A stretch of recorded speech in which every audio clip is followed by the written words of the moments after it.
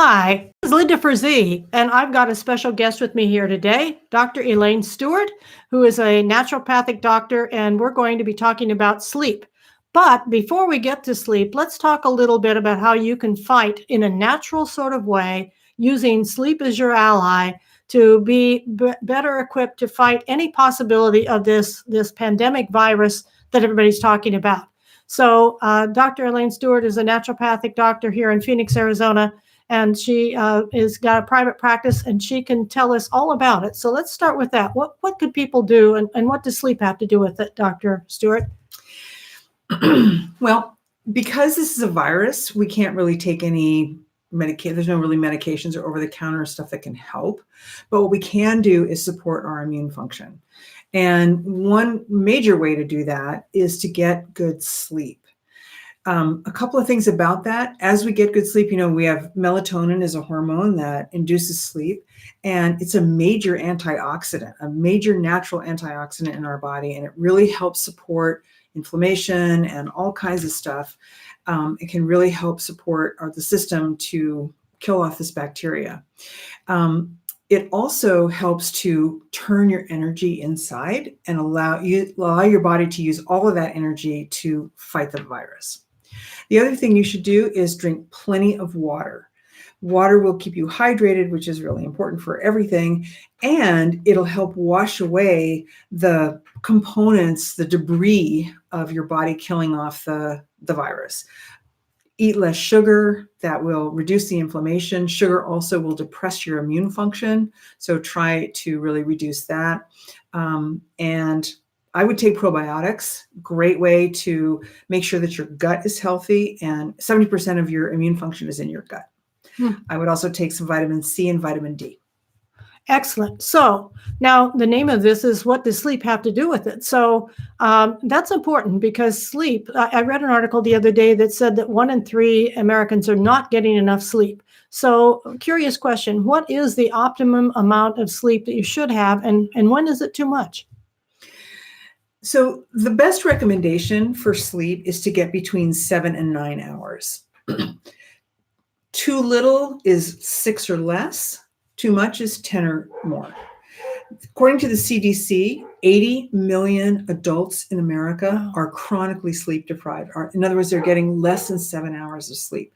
And this issue is a huge health problem, because we're prone to more diabetes, heart disease, obesity, cancer, all kinds of chronic illness when we don't get enough sleep. Wow.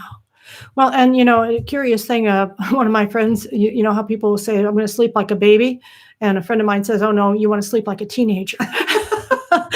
Because teenagers can sleep just tremendous amounts of hours, and through all kinds of noise, and with the radio on or the stereo blaring. So are there different times as we grow as teenagers and adults and getting older when we need more sleep? Well, infants, of course, need a lot of sleep. There's so much going on in their bodies, their brain development, their nerve development, all of that. So even though it looks like they don't get a lot of sleep because they keep waking up to eat and so on, they do require a long period of sleep. So do children, a little bit less. Teenagers, probably at least 9, maybe 10 hours. And then as adults, we probably need, like I said, between 7 and 9 hours. Probably 8 is the best, 8.5. Well, I think that's important. I had to add to my intake form the question about how many hours do you sleep, and do you wake up? And if you do, how long are you up? Because didn't occur to me years ago to even ask. I just assumed people were sleeping well, which was a big mistake. Not a good, yeah. And then one of my clients said one time, well, when I was up at 3 o'clock in the morning, I said, well, what were you doing up at 3 o'clock in the morning? He said, oh, I'm always up at 3 o'clock. Well, why? Oh, well, I wake up, and then I get up and I do things, and usually on a computer.